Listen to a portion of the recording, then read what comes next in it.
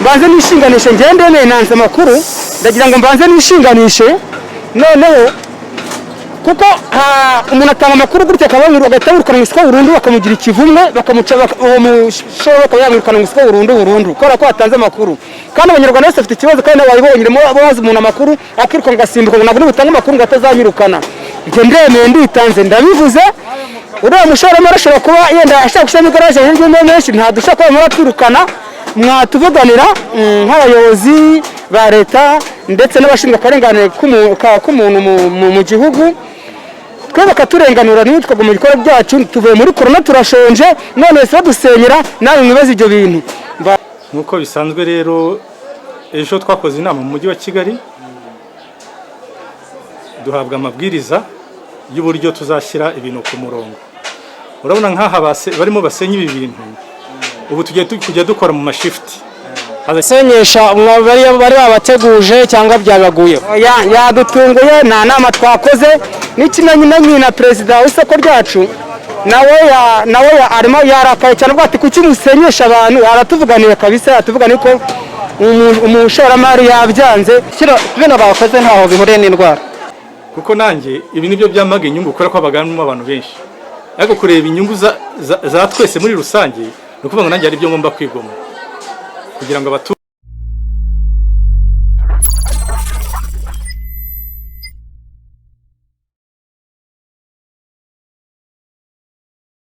ibihe byiza cyane udukurikira kuri Anonymous 250 uyu ni umunsi wa mbere wo gufungura lockdown cyangwa se wo kuva mu rugo abantu bakagenda yari iminsi myinshi kuva tariki 21 z'ukwezi kwa gatatu abantu bari mu rugo kugeza uyu munsi tariki ya 4 abantu bari mu rugo ariko uyu munsi guverinoma y'u Rwanda by'umwihariko nyakubahwa Perezida wa Repubulika Paul Kagame yagize gutya bavuga ati abantu basubire mu mirimo isanzwe ariko n'ubundi bakurikiza amabwiriza asanzwe yo kwirinda icyorezo cya COVID-19 giterwa na coronavirus.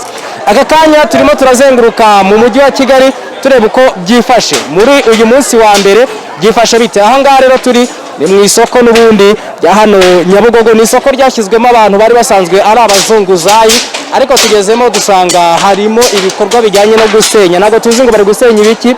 Niyo mpamvu tugiye kwifashisha abaturage ndetse abantu bakoreramo hano, no kuvuga ngo abacuruzi bacururizamo hano kugira ngo batubwire ese ko tubona hari ibyo barimo gusenya, ese isoko riri kuvugururwa, ese isoko ryaba rigiye gusenywa burundu bimeze bite, hanyuma tumenye iyi situation. Turagenda tuzenguruka hirya no hino mu mujyi wa Kigali tureba uko uyu munsi wa mbere wo gufungura abantu bakava mu ngo bagasubira mu kazi kabo uko byifashe nuko babyakiriye. Reka twakire rero umwe mu bacuruzi bari hano hanyuma tuganire, turaganira na benshi ntago turi buganire n'umwe. Gende twizere Mubaraka kuri mikoro, kuri kamera hari Rugamba. Kora subscribe kuri Anonymous 250 kugira ngo ujye ubasha kubona inkuru n'ibiganiro tukugezaho bitakugoye. Reka nganire n'abo baturage rero hanyuma twumve icyo batangaza kuri ibi bikorwa birimo hano muri iri soko. Honest muraho makuru ya ni neza, mbabita bande? nitwa Bukuru Jean Pierre. Tugusanze hano muri iri soko, uri umucuruzi? Ndi umucuruzi nkaba mfitemo n'ikibanza nkaba riri muri koperative. Ucuruzi iki? Curuza ibijyanye n'imyenda. Hanyuma tusanze hano barimo gusenya bino bintu, byagenze gute kuki bari gusenya? Ibi natwe byadutunguye, twavuye mu rugo tuzi ko tuje gukora nk'abandi banyarwanda bose bisanzwe, ariko dutungujwe nuko uhagarariye iri soko ryacu bita Kamari niwe wa rwiyemezamirimo w'iri soko yavuze ko ibintu byose agomba kubikora bakabisenya, kandi amabwiriza ya leta twumvise bavuga ko ariko yadukora mu matsinda kubera ko tugabanya ubucucike bw'abantu, ariko yavuze ko ngo tubisenya. Bigaragare ko nubwo dukora muri iri soko ashobora kuba yenda muri make ntabwo atabyishimiye kubera ko nta kuntu abanyarwanda bangana gutya wabasenyesha ibintu harimo ibikorwa byabo kandi bigaragara buri umwe wese. Ibi bintu twashoye amafaranga, dufite koperative, dufite amafaranga, kudusenyesha gutya no kudutatanya kugira ngo na koperative yacu ibe yasenyuka cyangwa se tube twabura amafaranga yacu. Njye niko mbona mbibona, gusa nawe yashyira mu gaciro tugakora nkuko nibisanga ndagashyira metero bagapfukamunwa twatuguze twese twatuguze no mu matsinda bamwe bakora umunsi nakoresha ntabwo twabyema, ariko atajya kudusenyesha bigeze aha ngaha. mbere yuko abasenyesha bari babateguje cyangwa byabaguyeho? yadutunguye, nta nama twakoze n'ikimenyimenyi na perezida w'isoko ryacu nawe arimo yarakaye cyane avuga ati kuki musenyesha abantu, aratuvuganiye kabisa, yatuvuganiye ko umushoramari yabyanze. Bigaragara ko hagati ya perezida w'isoko n'umushoramari ntabwo bari kumvikana, twebwe abanyarwanda tukabihomberamo, twebwe tuzira ubusa. Batubwira niba batadukeneye muri iri soko, noneho twe tugashaka kandi ahantu dukora ko dufite koperative ifite ubuzima gatozi. Mwebwe muri kwisenyera, bari kubasenyera, bimeze bite? Yafasha abantu b'abana b'imigirigiri bayatorogoye mu muhanda, abaha amafaranga, barimo bajya ku kibanza cy'umuntu bagasenya imyenda bakajugunya, muri make buri wese arimo yirwanaho. Hanyuma waruvuze uti leta yari yavuze ko twakora mu matsinda, we tuganira yatubwiye biravugwa ko gukora mu matsinda bidashobora gukunda, mwebwe murabibona mute? Byakunda, ukuntu byakunda, ahantu turi mu matsinda, wavuga itsinda rifite amatsinda kandi afite n'amazina, noneho itsinda rimwe ryakora uyu munsi, irindi akazakora ejo tugatatana, tukaba dushyiraho umwanya. Ibi ngibi rero kuba twubatse gutya ni ahantu bihurira no kuba tutajya mu matsinda ngo noneho bamwe bakora umunsi abandi bakoresha. Ubundi nabonye hariho utundi dutanda twubatsemo isima, ibi ngibi mwari mwarubatse byabafashaga iki? Ikintu byadufashaga nko hano hakunda kuzura cyane hakazamo amazi, ariko hazagamo amazi kuko byaga birimo hejuru, ibiri hejuru ntabwo byajyaga mu mazi. Ariko niba batuye ngo dusenye ngo tubike munsi ubundi bizabinengerwa n'amazi, usanga cya gihe ngo tugomba kujya duhura nacyo.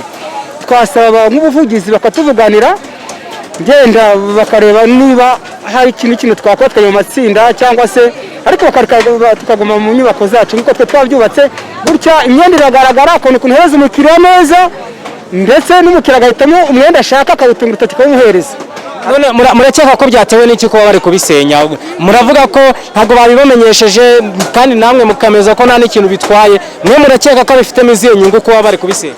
Mu magambo yongera numva mu baturage bari gusenyerwa, harimo umwe w'umuyobozi yavuze ko ngo Kamari yavuze ngo nibatabisenya ngo arashyiramo igaraje ngo twese ngatwirukane, bigaragara ko umuntu batakomura atabishaka n'ubundi.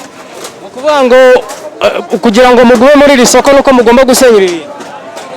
Niko abishaka, kandi ntabwo byakora nyine kutwiyenza kugira ngo yenda tugende ashyiremo iryo garaje, yenda abonye iryo ririmo ari bwuke cyane kurushaho, ariko twe turarimo turarengana nk'abaturage.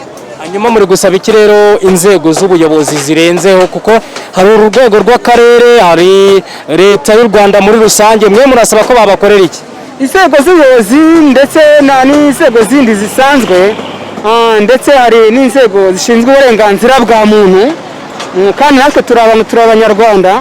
Ikintu nasaba mbere na mbere mbanze nihereho, mbanze nishinganishe, ngende nanze amakuru, ndagira ngo mbanze nishinganishe, noneho kuko umuntu atanga amakuru gutya akabangurwa agahita yamwirukana mu isoko burundu, bakamugira ikivumwe, bakamuca uwo mushoro bakayamwirukana mu isoko burundu kubera ko atanze amakuru. Kandi abanyarwanda bose bafite ikibazo, kandi nababibonye babaza umuntu amakuru akirukanka agasimbuka ngo ntabwo nibutanga amakuru ngo atazanyirukana. Njye ndemeye nditanze ndabivuze, uriya mushoramari ashobora kuba yenda ashaka gushyiramo igaraje hirya menshi, ntadushaka kuba muratwirukana, mwatuvuganira nk'abayobozi ba leta ndetse n'abashinzwe akarengane k'umuntu mu gihugu, twe bakaturenganura niba tukaguma mu bikorwa byacu. Tuvuye muri korona turashonje, none se badusenyera, nawe mwibaze ibyo bintu, bareba ikintu badukorera, ariko tubeho nkatwe nk'abanyarwanda, natwe ducuruzi. Murakoze cyane. Murakoze nawe. Ndi kumwe rero n'umumama hano, ni umucuruzi hano muri iri soko. Muraho neza? Muraho neza. Makuru yanyu? Makuru ni meza. Mucururiza aha ngaha muri iri soko? Ducuruza amahanga, ducuruza igicuruzwa cy'inkweto. Ubundi iri soko ubusanzwe ryitwa gute? Ryitwa Modern Market. Ryitwa Modern Market.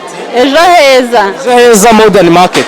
Hanyuma rero uyu munsi wa mbere by'umwihariko wo gufungura kuva mu rugo, mwawakiriye mute nk'abacuruzi mucururiza hano muri iri soko? Twabyakiriye neza, byadushimishije kuva mu rugo tuje gukora, ariko twageze mu isoko mu gitondo dusanga ibintu hano birasenye. Twasanze bisenye, ntituzi ababisenye, ariko twebwe nk'uko twabonye ari inyungu zacu kubisenya, kuko nimba leta ivuga yuko kugira ngo abantu birinde, kugira ngo umuntu yicane umwe muri metero n'undi harimo umwanya kugira ngo abantu babashe kwirinda, nuko bino bintu biva mu nzira, umuntu akabasha gusigamo umwanya. bikavaho nyine ku buryo umuntu nawe ahagaze nk'ariya hanze azajya areba uburyo abantu bicaye hagati harimo metero, ariko ibi niyo biza kuba bikigumyemo ahangaha ntabwo wabasha kubona abantu nk'uko abasekirite bari kugenda bareba ko abantu bari kubahiriza gahunda, bibaye bikirimo ntabwo byashoboka. Rero twabonye ari inyungu zacu, twabonye kubikora gutya nta kintu bitwaye, gusa nuko byasenywe mu gitondo tutaragera aha, gusa urabona ko ari akavuyo, ariko nibiza kurangira ibintu biraza kugenda neza. Hanyuma ibi bintu bijya kubakwa byanga bikunda, hari impamvu byari byubatswe kandi hari akamaro byari bimaze, murabona bitaza kubagiraho ingaruka nk'abacuruzi mwacururizaga hano mu isoko kuba bisenywe? Ingaruka zo zirahari kuko nk'abantu bari bafite imari nyinshi ntabwo bari bubona ahantu bayishyira, ariko kugira ngo tubashe kwirinda nuko ibintu byabaho, imari bamwe barazirekera muri butu, hejuru harajya sampo, umukiriya nazajya aza bamushakiramo imukwira bayimuhe, ndabona ari cyo gisubizo, kuko ubu ngubu baramutse bavuze ngo dukomeze ducuruze uko twacuruzaga, buri muntu afite santimetero 50 nizo zirimo, ntabwo rero twegeranye uko nguko bikomeje kumera gutya ntabwo byashoboka kwirinda. Batubwiye bati imari yacu igiye kuzajya inyagirwa, ubusanzwe iri soko rirava, ese mwebwe icyo kibazo ntacyo mufite? Ikibazo cyo kuva cyo kirahari rwose, imvura iragwa hakuzura no hejuru, ahubwo icyo kibazo nicyo bashobora gukemura, kuko imvura yo iyiguye rwose haruzura no hejuru, haruzura ni ikibazo. None murabona bitagiye kubateza igihombo rero ubwo bino bintu bisenywe kandi iyo mvura nyine n'ubundi iracyahari? Oya, igihombo cyarabaye n'ubundi si ubwa mbere donde si n'ubwa kabiri, igihombo cyo kirahari kuko nk'ubu ngubu imvura y'ubushize igwa haruzuye hagerera nk'aha ngaha, gukuramo inkweto kwari ukujanduramo mu byondo mu mazi, igihombo cyo twarakigize, ahubwo igisubizo sinzantu kiri buve, ubwo ngubwo barabitekereza abashinzwe isoko barareba ukuntu babigenza, amazi aturuka hari haruguru ni menshi cyane. Nimwe muzi ukuntu bigenda, nimwe muzi ibyo muhomba, ni namwe muzi wenda icyo mwasaba ko babakorera. Murumva ba rwiyemezamirimo b'iri soko, murumva ubuyobozi bw'umujyi wa Kigali bwabafashe iki kugira ngo icyo kibazo gikemuke? Kugira ngo icyo kibazo gikemuke bareba ukuntu amazi aturuka hari haruguru ni menshi cyane, bareba ukuntu ari amazi bayayobeza ahandi hantu, bakatekereza kuri iri soko bakaryigaho cyane, kuko navuga ko risa nk'iryubatse nabi, hazamo amazi menshi cyane akabije. Rero ikibazo cy'amazi ni ba rwiyemezamirimo ba nyiri iri soko nibo bagomba kubitekerezaho bakadukorera isoko ryiza rijyanye n'igihe. Turagushimiye cyane. Murakoze. Turacyari muri iri soko ryitwa Ejo Heza Modern Market, ni isoko riri hano Nyabugogo ku muhanda n'ubundi werekeza mu mujyi cyangwa se ku Muhima, murahazi abazi Kigali. Turi kumwe n'undi musore rero nawe tugiye kuganira nawe kugira ngo atubwire kuri iki kibazo dusanze muri iri soko. Muraho neza? Muraho neza. Makuru ya? Makuru ni meza. Uratangira mutubwira amazina yawe? Nitwa Gasigwa Emmanuel, nanjye nkaba ndi umucuruzi muri iri soko. Tuzindutse tuza kureba uko gahunda yo kuba abantu bava mu ngo bakagaruka mu kazi kabo gasanzwe uko imeze. Wowe wabyakiriye ute kuba leta yadohoye iyi gahunda ya guma mu rugo? Nabyakiriye neza cyane ariko n'iri byishimo, gusa ibyo twaje dusanga byo nagahumamunwa. Dusanze muri iri soko rero nkuko bikomojeho ngo nagahumamunwa, dusanze hari ibintu birimo gusenywa. Ubundi biri gusenywa mwabisobanurira abari kudukurikira, ni ibiki biri gusenywa? Bino biri gusenywa urabona nibyo twifashishaga twanika imari, kuko akabanza dufite nta mabwa, urabona ni nta na metero irimo. Tuno tuntu basenye twadufashaga cyane, twabikaga imari twanikagaho hejuru, ariko twaje natwe uko mubisanze kutya, natwe twaje dusaba bimeze gutya, ntabwo tubizi. Muri make utungutu twatugeranye wenda n'utubati mwari mwarakoze kugira ngo mujye mwifashisha kubikamo imari yayo cyane. Hanyuma rero musanze barimo kubisenya, ubuyobozi bw'iri soko bwababwiye ko bari kubisenyera iki, byagenze bite? Nta kintu baratubwira kugeza ubu, nta kintu twaje tumenya ngo bari gusenya. Uretse kubika ino mari, hari abatubwiye bati iri soko rijya ryuzura, iri soko rirava, imari yacu byayifasha kutangirika. Icyo kibazo koko kirahari, bimeze bite? Ikibazo kirahari, n'ubu inkweto nazanye hariya nizo najyanye nogesha, naje nsanga byaruzuyemo amazi, ariko tuno tuntu basenye rero twabaga duhari twabikagamo hejuru, amazi nibura akagira zimwe zo hasi, izo hejuru zikarokoka. Ariko ubu noneho ubu ni ziza, nta mazi nasi bizasangamo hasi byose. Muri make ubu ngubu mwatangiye kubara ibihombo cyane. Hanyuma murabona mugiye guhomba iki? Mugiye guhomba iki nyuma y'uko bino bintu bisenywe? Mugiye guhomba iki? tujya guhomba byinshi kubera ko ibintu bakoze byadufashaga. ariko se ntabwo ubuyobozi wenda bw'iri isoko ndetse namwe ubwanyu mujye mugirana inama, ntabwo mufite ababahagarariye ku buryo wenda bashobora kuba bari babigiyeho inama bakavuga bati reka bino bintu mu rwego rwo kwirinda korona virusi, mu rwego rwo kwirinda kwegerana tubisenye kugira ngo abantu babone uko bahana metero? Hari ikibazo nanjye nibaza ni ku bwanjye, utu tubati tu hejuru duhuriye n'indwara, ntaho duhuriye n'indwara kuba badusenye se ntabwo nyine batekereje ibyo nk'abayobozi bakora gahunda zabo ntabwo tubizi, ariko se njye ndibaza tuno basenye duhuriye n'indwara. Hari abatubwiye bati byatezaga ubucucike bigatuma gusigamo ya metero n'ubundi leta irimo gusaba abantu gusiga. Metero tuzayisiga mu kirere cyangwa tuzayisiga aho tugenda hano hasi? Metero izajya hano hasi ntabwo izajya hano hejuru twabikaga. Bino bakoze ntaho bihuriye n'indwara. Hanyuma rero nk'uko urimo kubitubwira biragaragara ko byanakubabaje cyane, muravuga muti tugiye guhomba, murasaba ko byibura hakorwa iki kugira ngo yaba ari mwebwe mwunguke yaba n'ubuyobozi bw'isoko bwunguke nta n'umwe uhutana? Icyo nasaba ni uko tuno basenye twadufashaga, ubwo nibaduha ahantu hagari bongere nk'ubu ngubu nk'inkweto ufite nta nubwo zajya n'ahantu, dore n'aka kabanza saka ko kameze gusa hano hajyaho inkweto zingana, nta n'inkweto 10 zajyaho kubera ko babisenye baratwongerera hari se mbese ntacyo baratubwira. Hanyuma wenda hari icyo mushobora gusaba inzego bwite za leta mukavuga muti imbu ubuyobozi bw'isoko ntacyo budukorera, ariko wenda inzego bwite za leta zadufasha wenda zikaba zagira icyo zibumvisha, leta murayisaba iki? Leta icyo tuyisaba nayo izirebe ibyabaye n'uburyo tugiye gukora, barebe icyo badukorera, bagira icyo badufasha natwe. Koze cyane. Murakoze. Nyuma yo kuvugana n'abaturage batandukanye muri rino soko, abacuruzi mwagiye mubona ibyo bagiye batubwira, twashatse kumenya ukuri. Buriya uruhande rumwe rushobora kuvuga ibyarwo n'urundi rukavuga ibyarwo, ariko iyo wumvishe impande zombi burya nibwo ushobora kumenya ukuri wowe nk'umuntu tureba cyangwa se natwe tuba dukora inkuru. Niyo mpamvu twegereye ubuyobozi bwa rino soko rero kugira ngo butubwire koko kuri ibi ngibi abaturage bavuga, ese nibyo, ese ubundi impamvu yo gusenya utu tubati tw'aba bacuruzi byagenze bite. Reka twegere umuyobozi w'iri soko hanyuma tuganirize byinshi. Muraho neza muyobozi? Muraho. Muratangira mutwibwira amazina yanyu? Nitwa Kamari, akaba ari ngewe mushoramari w'iri soko. Twaje muri iki gitondo turimo tugenda tureba uko mu bucuruzi butandukanye biri kugenda nyuma y'uko leta ifunguye amasoko atandukanye n'abantu bacuruza ibindi bitandukanye bitari ibiribwa bari gucuruza. Twageze muri iri soko twakirizwa inkuru ko abantu barimo gusenyerwa utubati. Ubundi muratangira mutubwira iyi ni gahunda iteye gute, ni gahunda yaje ite? Murakoze, ngira ngo nk'uko mubizi icyorezo cyugarije isi natwe mu Rwanda ntabwo cyadusize ko cyatugezeho. Nk'uko bisanzwe rero ejo twakoze inama mu mujyi wa Kigali duhabwa amabwiriza y'uburyo tuzashyira ibintu ku murongo. Urabona nk'aha barimo basenya ibi bintu, ubu tugiye kujya dukora mu mashifti. Hazajya hakora icyiciro kimwe, abantu niba hakoreragamo abantu 50 hazajya hakora 25. Kandi kuvuga ngo twari dufite ibibanza byacu byari bito ko byari santimetero 60. Ubu harasabwa metero 1.20 kugira ngo abantu bisanzure bo gukoranaho. Kandi abantu bakoreragamo nukuvuga ngo hazaza hazi igice kimwe. Uyu munsi niba haje amatsinda 3, ejo hazaza andi matsinda 3. Kandi ntibazakora, nta muntu itsinda rero ryaza ngo rize rikoreye muri ibi bintu by'abantu, ntago babona uko bakora.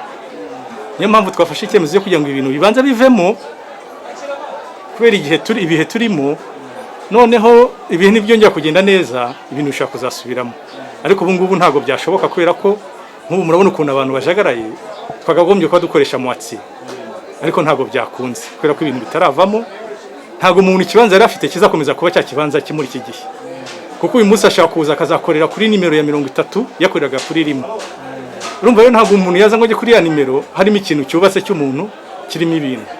Icyo gihe ntago wa mutekano dukeneye na bwa bwirinzi ntago byaba bishoboka. Niyo mpamvu twafashe izo ngamba rero, twabibabwiye, turabimenyesha ababyumva neza babikuramo, ariko murabizi ko hari n'abandi bafite imitwe kumva bigorana. batinda kubikuramo bakavuga ibitajyanye na gahunda ziri ku isoko, bamwe bati baratwirukanye, ariko leta nta muntu yirukanye, leta ni umubyeyi ireberera hose, kuko nanjye ibi nibyo byamaga inyungu kubera ko habaganamo abantu benshi, ariko kureba inyungu za twese muri rusange ni ukuvuga ngo nanjye hari ibyo ngomba kwigomwa kugira ngo abaturage bakore mu munezero, mu mudendezo, nta muntu utera undi uburwayi, n'abatugana kandi nabo batugane neza mu mahoro, ibintu bimeze neza. Murabona cyane cyane nko mu mbuto uko bari gukora, murabona ko hari umwuka ku buryo n'umuntu wese wajyayo guhaha nta muntu wegerana n'undi kubera ko nta kintu bubatsemo. Ariko nkaha mu myenda byubatse gutya biragoye cyane, biragoye kuba umuntu yaza ngo agure ikintu, ukuntu ibintu birafunganye cyane nta buhumekero. Tugira ngo abantu badegaje ibintu byose ahantu hagaragare, haba umucyo, noneho n'abantu batugana no kugenzura umutekano wabo n'ibintu, tubona uburyo tubigenzura. Niyo mpamvu twabwiye ko bagomba gukuramo ibi bintu byose, noneho abantu bakabona gutangira gukora. Uganira n'abacuruzi barakubwira bati bari kutubwira wenda tukabirekeramo iyo metero, n'ubundi nimba ari ukuyisigamo, n'ubundi ni ugukora kuri ayo mashifti nk'uko bivuze, ntabwo n'ubundi byubatse hejuru kandi metero turayisiga hasi. Nimwumvaga ko wenda hari ikindi gisubizo cyagombaga gukorwa bitabanje gusenywa? Ntabwo byoroshye, kuko niba uko ubibona ukuntu byubatse, ni ukuvuga ngo itsinda ryahakoreye uyu munsi rishobora kuzongera gukora nyuma y'iminsi 2 cyangwa undi munsi umwe, hazaba haje irindi. None se wa muntu waje azakora mu gisanduku cy'umuntu gifunze? Ntabwo bishoboka. Kandi nakubwiye ko dufite metero 40, twari dufite santimetero 60, ubu tubigiye kubigera metero na 20. Urumva ntabwo byakunda rero, bwa bwisanzure ntibwaboneka bira bintu bitavuye. Ngira ngo murimo murabibona namwe uko bimeze, niba mwabifotoye, ntabwo byakunda, ntabwo byashoboka. Hanyuma wenda batubwiye bati ibi bintu ikintu kimwe cya mbere byadufashaga kutibwa, kuko wabaga washyize mu gasanduku ugahagarara ku muryango. Ikindi bidufasha ko imvura yagwaga ntidutwarira ibintu byose, ndigatwara bikeya kubera ko amazi y'imvura iguye azamo hano. Iki kibazo cyo kigiye gukemurwa gite? Ikibazo cy'amazi aho yanyuraga muri ziriya ruhurura barahakoze, niho ikibazo cyazanaga amazi mu isoko. Ngira ngo ubu nta kibazo cy'amazi kizongera kuza mu isoko. Ibyo ngibyo rero bo kubigira urwitwazo, kuko cyane cyane uko mubona n'utu tuntu twubatse, ni ukuvuga ngo usanga umuntu afite akantu akoreramo, afite abandi bantu 4-5 akodesha. Ni ukuvuga ngo ku kibanza ugasanga ya santimetero 60 hariho abantu 5. Ngambwira ku buryo wajera abo bantu bangana gutyo. Niyo mpamvu bavuze induru, kubera ko babona za nyungu bakuragamo bataza kuzibona. Ariko njye nabwira kwihangana, kuko ibi nibirangiriye iki cyorezo nigishira, n'ubundi bazongera bakore nk'uko bakoraga, numva nta mpungenge bakagize. Ibi bisobanuro muduhaye mwaba wenda mwigeze mubigeza ku bacuruzi bakaba batabashije kubyumva? Mbere yuko bitangira nabanje nganira nabo, nanabwiye n'abayobozi b'amatsinda kugira ngo babibabwire, kugira ngo bitegure kureba uburyo bakuramo ibintu. Ariko urumva ntabwo bose babyumva kimwe, ntabwo bashaka kubyumva kimwe, kuko nk'umuntu ufite ahantu yabikaga ibintu bye ku mugani we, yabikaga hasi no hejuru, akaba agiye kujya atwara ibintu mu rugo kugira ngo n'undi aze kuhakorera, ntabwo byamushimisha. Niyo mpamvu batabyakiriye kimwe. Hanyuma rero turimo tugenda tugana ku musozo. Izi ngamba n'ubundi zo gucuruza ariko hubahiriza amabwiriza yo kwirinda COVID-19, mwebwe nk'ubuyobozi bw'isoko, mwebwe nka rwiyemezamirimo, mugiye kuzishyira mu bikorwa mu buhe buryo, uretse kuba wenda mwasenya ibi bintu byatezaga akavuyo? Izi ngamba muri kuzishyiramo izihe ngufu, mwabigenje mute kugira ngo zibashe kuba zakubahirizwa? Murabona dufatanyije n'inzego za leta twabashije kongeramo abandi bakozi kugira ngo tubashe kugenzura abantu umwanya ku wundi, kuko urabona hari abantu benshi gutya, utongeremo izindi mbaraga ntabwo byagukundira. N'ubundi cya cyorezo twashaka kwirinda wasanga ahubwo tugiye kugiteza kurusha. Murabona ko ku muryango hari abantu bakarabira henshi, twabashije gusigaho za metero kugira ngo metero umuntu yo kwegerana n'undi, kugira ngo tubashe kugira za ngamba kugira ngo abantu bakomeze bagire ubwirinzi bwinshi. Amazi, abazana amazi ni benshi, mwabibonye ko bahari, amazi ntabura, amasabune arahari. Nuvuga ngo ingamba dufite nizo mu isoko imbere, noneho kugira ngo ibintu bibanza bivemo tubidegaje, tubashe gukurikirana na ba bantu umwanya ku wundi. Cyane cyane ko dufite na kamera hano, ubu ngubu nuko umuriro wagiye, hariya tuzashyiramo kamera nyinshi kugira ngo tujye dukurikirana hari ikibazo, tubwire abantu barimo, murebe uwo muntu arimo arateza ikibazo, kugira ngo ibintu bikomeze bigende neza. Murakoze.